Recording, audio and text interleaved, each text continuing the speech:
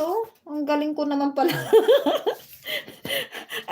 Nag-ano ako ng ano noon, ng Google ba?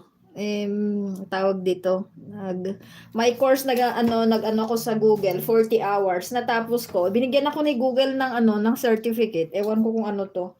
Komersyo elektroniko, parang online commerce para bang ganun. O, di ba? Nag-online commerce pala ako. Ay, ano pala to? From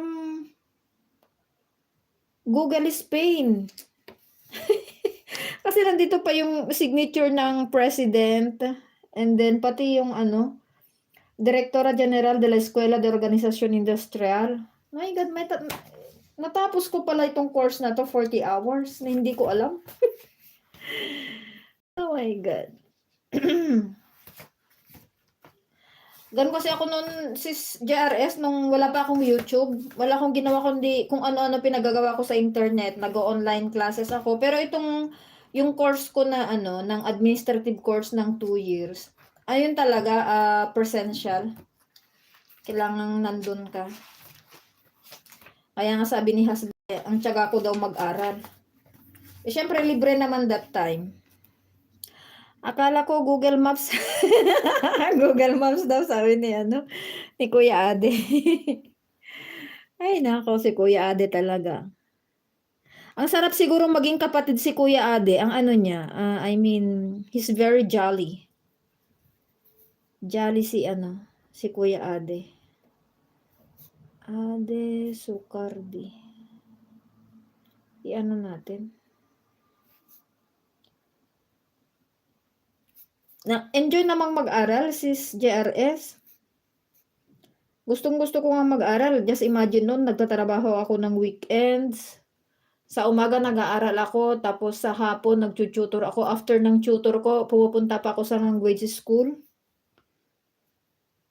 Ewan ko nga kung paano ko na ano yun paano ko naka-survive ng gano'n. So 2 years, hindi naman tuloy-tuloy na 2 years kasi yung classes namin was September to May.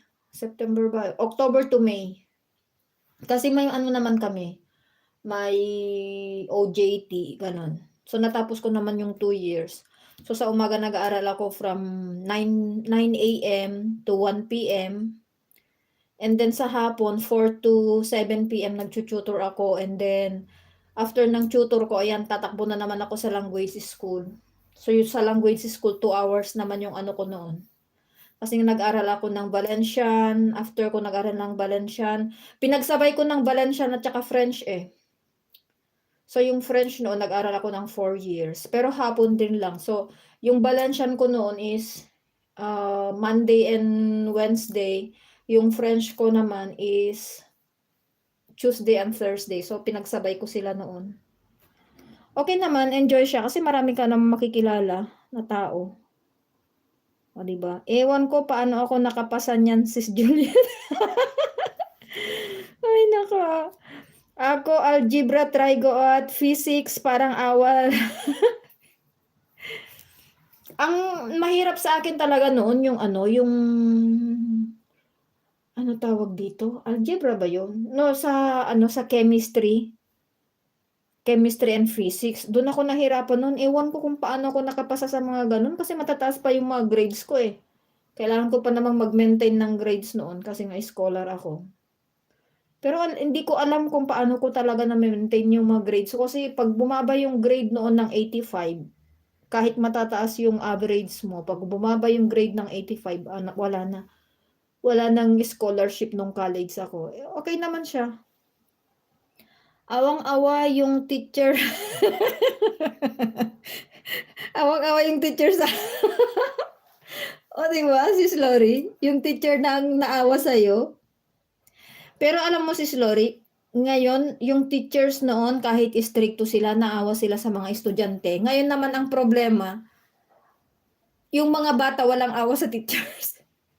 Di ba sa Pilipinas, yung mga bata ngayon na ano na sila, parang ang tawag dito, mas powerful na yung mga bata kaysa sa mga sa mga teachers.